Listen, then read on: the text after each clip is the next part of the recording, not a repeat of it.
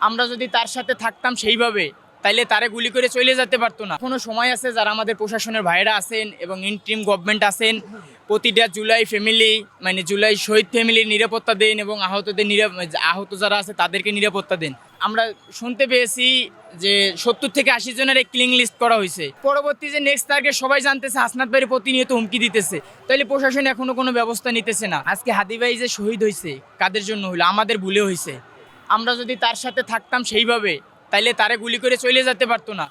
আর দেখেন, বাংলাদেশের মানুষ দেশপ্রেমটা ধারণ করতে পারে নাই। বাইরে যখন গুলি করে যায়, রাস্তা থেকে লোকজন তাকাই রয়েছে, কেউ একবার জিজ্ঞেস করে না যে পোলাটা কেডা, কি হয়েছে। তাহলে আমরা কোন বাংলাদেশে বসবাস করি আর এই দেশের জন্য আমাদের জীবন প্রতিনিয়ত দিয়ে যাচ্ছি? সে বলেছিল একটা কথা, আমি যদি সংসদে যেতে পারি তাহলে 299 যে এমপি বা মন্ত্রী হবে তাদেরকে প্রশ্নবিদ্ধ করব।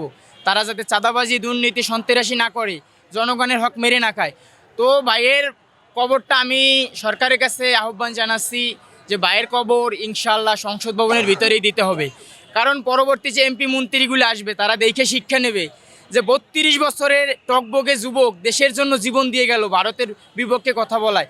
আমরা সেই ভারতের দালালি করব।